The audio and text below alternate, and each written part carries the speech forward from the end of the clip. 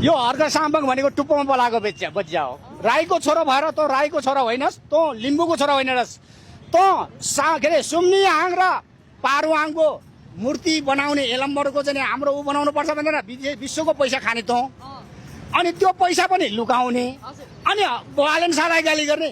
तँलाई म भन्छु पहिला त्यहाँ सुम्नी आङ र पारुआङको फोटो मूर्ति बनाउँछस् भने असन होइन, हाम्रो काठमाडौँको मुटु इन्द्रचोकमा आकाश भैरवको दर्शन गरेर आइज पहिला मसँग भेट। खुल्ला च्यालेन्ज होइन भने तैँले सुम्ने आङ र पारुआङको के त्यो मूर्ति बनाउने होइन होला। नाम देख्नको डाल खाना काल तै खालि पैसा बनाउँछौ भने पनि एनआरएन भएको अन्तर्गत बसेका नेपालीहरू छ नि विदेशमा बसेका, उनीहरूलाई चाहिँ फल्ला यस्तो बनाउनु पर्यो भने पैसा मगाउँदै खाने रहेछ। राम्रो काम गर्नु छ, ठिक छ। पूर्वमा राम्रो काम गरेछ भने त्यही अनुसारको हामी उहाँलाई धन्यवाद पनि दिउँला, हामी के अरे सराहना पनि गरौँला। राम्रो काम कहिले गर्ने, कुन चाहिँ राम्रो काम कुन चाहिँ नराम्रो काम? मूर्ति बनाएर अर्काको पैसा पापी पेट हाल्ने बेला चाहिँ हुन्छ राम्रो हुन्छ? कसैको 2 रुपियाँ नखाइकन स्वच्छ तटस्थ भएर एकदम क्रियाशील दृष्टिकोणबाट